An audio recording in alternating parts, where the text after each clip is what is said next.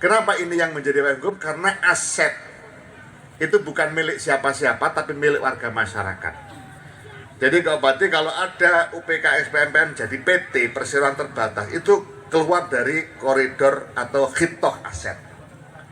Bupati Lumajang juga memberi beasiswa kepada kepala desa, perangkat desa, pendamping desa, untuk RPL. Ya, RPL. Sekolah. Rekognisi pembelajaran lampau. Cukup dengan 4 semester langsung S1. Pengalaman.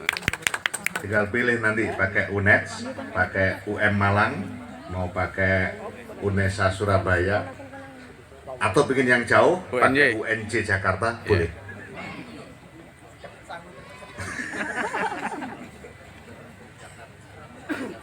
Pak Bupati yang kita banggakan, pertama saya terima kasih dan bersyukur tadi sudah perjalanan dari Jember ke Lumajang. Rasanya ketika masuk Lumajang itu kok nggak ada geronjalnya, bahkan sampai lokasi ini. Iya, amin. Ya. Luar biasa Lumajang.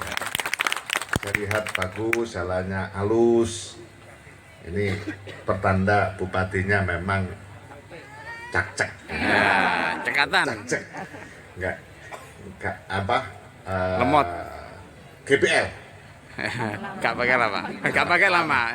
Masalah tangani. Makanya meskipun Lumajang sempat kena bencana, tapi saya menyimak, saya mendengar untuk pertama kalinya di Indonesia, bahkan di dunia, realokasi masyarakat yang terdampak itu paling cepat, paling bagus itu di Lumajang. Dan saya tentu sangat bangga dan berbahagia ada bupati model cak-cak seperti ini.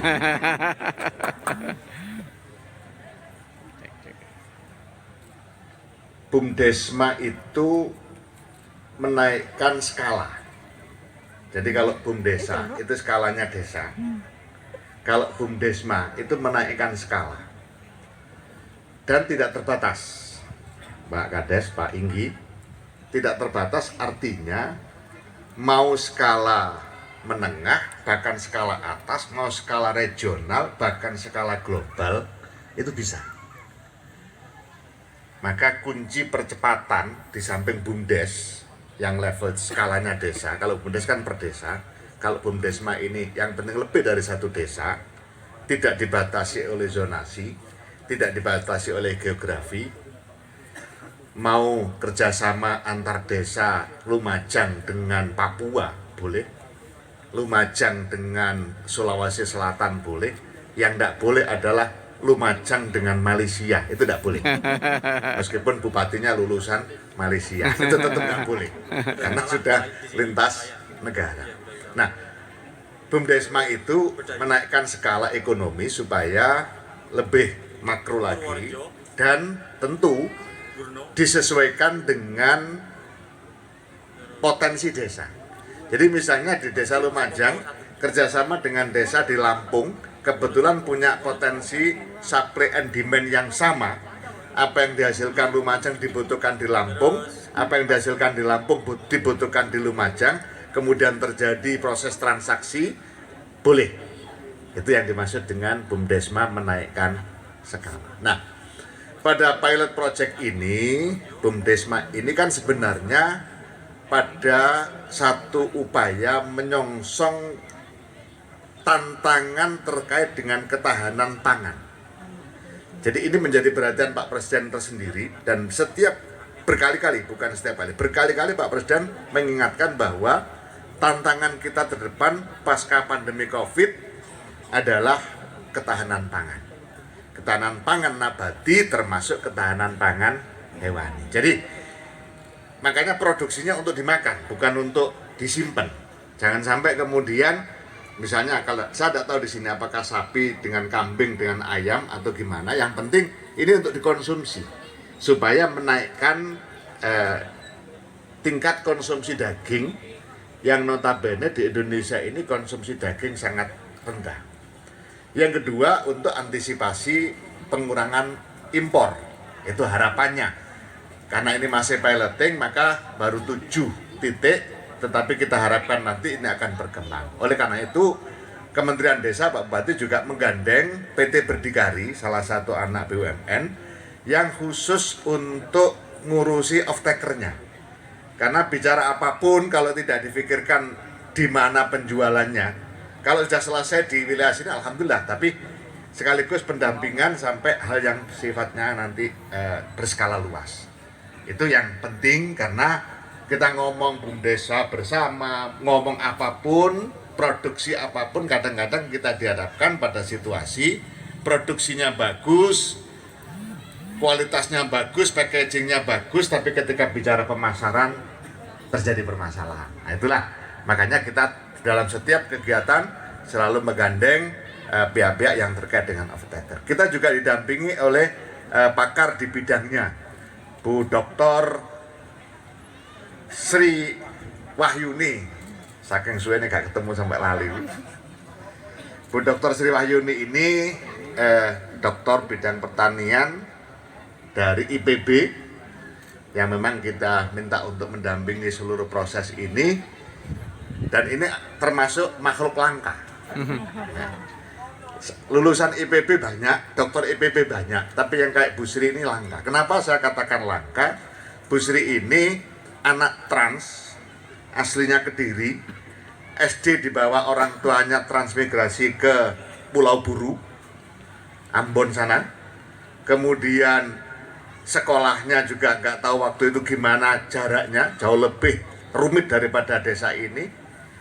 Kemudian ternyata sukses sampai bisa kuliah di IPB, bahkan dapat gelar doktor, meskipun dalam upaya mempertahankan hidupnya Bu Sri ini harus ngamen dari satu tempat ke tempat lain. Jadi ini sejarahnya yang luar biasa. Nah, semangat itulah yang kemudian menjadikan beliau orang salah satu kader yang langka yang kita minta untuk mendampingi, karena ini butuh pendamping juga.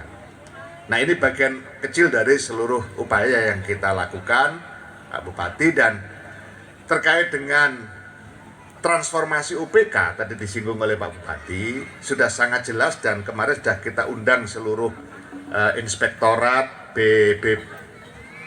Dinas Pembangunan dan Pemberdayaan Masyarakat di masing-masing kabupaten. Kita undang ke Jakarta ya, untuk Jawa Timur, untuk Jawa, ke Jakarta, menjelaskan tentang transformasi UPK XPNPM Mandiri, yang pada intinya payung hukum yang paling kuat dan paling legal adalah BUMDesa bersama di level kecamatan. Kenapa ini yang menjadi payung hukum? Karena aset itu bukan milik siapa-siapa, tapi milik warga masyarakat. Jadi Kabupaten kalau ada UPK XPNPM jadi PT perseroan terbatas, itu keluar dari koridor atau hitoh aset.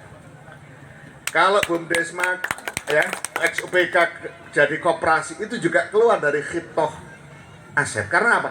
Asetnya bukan milik siapa-siapa, tapi milik warga masyarakat sekecamatan. Nah, yang berhak mewakili warga kecamatan hanya ke desa.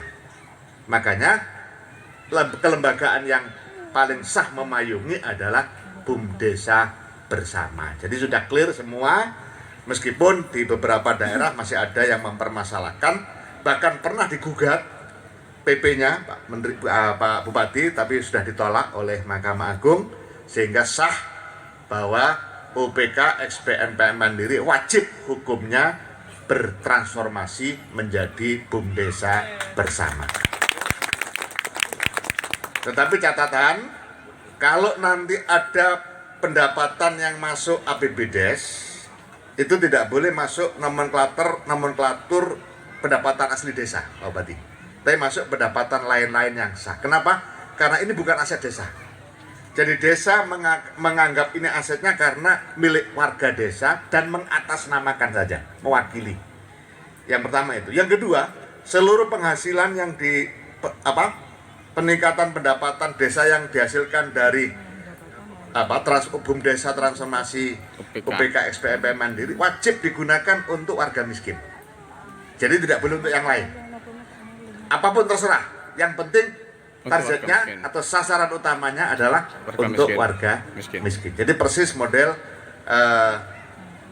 cukai rokok dan seterusnya. Jadi masuknya jelas, keluarnya juga jelas. Karena ini semata-mata supaya kita tidak keliru di dalam memahami aset, karena ini asetnya warga sekecamatan, utamanya warga miskin, maka tidak boleh siapapun mengatasnamakan ini kecuali pemerintah desa, dan segala hasil dari itu peruntukannya juga untuk warga miskin. Saya kira itu Pak Bupati, terima kasih atas dukungannya Pak Inggi dan semua yang hadir. Mudah-mudahan apa yang kita lakukan hari ini senantiasa mendapat keberkahan dari Allah Subhanahu wa taala. Amin. Allahumma muwaffiq lamid thoriq, ihdinas siratal mustaqim. Assalamualaikum warahmatullahi wabarakatuh. Mohon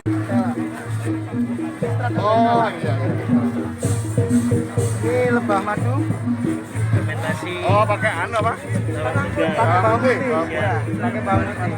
Kalau mau tester apa? Monggo.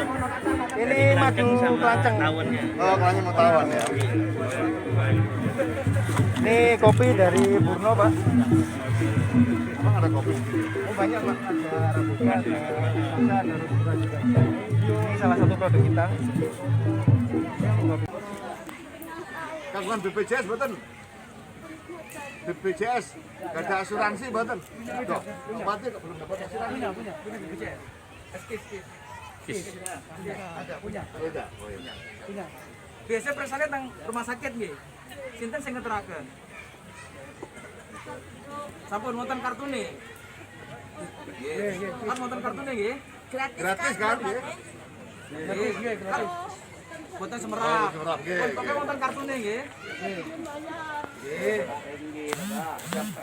Nggih, pun. Sakit basa Jawa betul. Oneng ngecak jumbo, Bu. Tak oneng. Oneng ngecak jumbo. Temen apa? Katanya badai damel apa? Katanya badai damel apa? Oke. Kok lari sekolah sih duwe lari sekolah? Putu ta?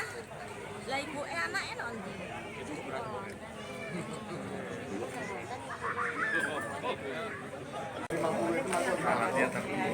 Iya, itu pengadaan sapi di sini. Nanti kalau bisa didampingi Bu Sri. Pengadaan didampingi PT Berdikari itu dia juga tahu mana apa bibit-bibit untuk pengemukan sapi yang bagus. Oke, siap. Dia juga bisa bantu ngitungkan kalau ini nanti sekian bulan harus sekian. Supaya untung sekilo sehari. Memang butuh pendampingan kita, Pak. Betul. Karena kita di kalau peternakan juga masih memulai, jadi pendampingan memang kita sangat butuhkan. Nah, saya dikasih skema yang lain, Ya. yang kalau orang sudah punya sapi, Nah, supaya lebih aman, masuk masuk komunalkan. dikomunalkan itu bagaimana? Oh ya, Misalnya bagi hasil yang bagaimana? Oh iya. Yang penting kan mereka aman toh. iya, iya. Rasa amannya itu kan juga penting. Penting. Terus pakannya ya apa? Kalau mereka nanti masing-masing sapi mereka buat atau mereka rumput sendiri, nah itu mekanismenya bagaimana? Apa keamanannya bagaimana? Adopsi pola gaduh. Ya, Adopsi pola gaduh. ya, aneh ya. Nanti dikasih skemanya ya. Oke, siap, Pak. Kita pakai.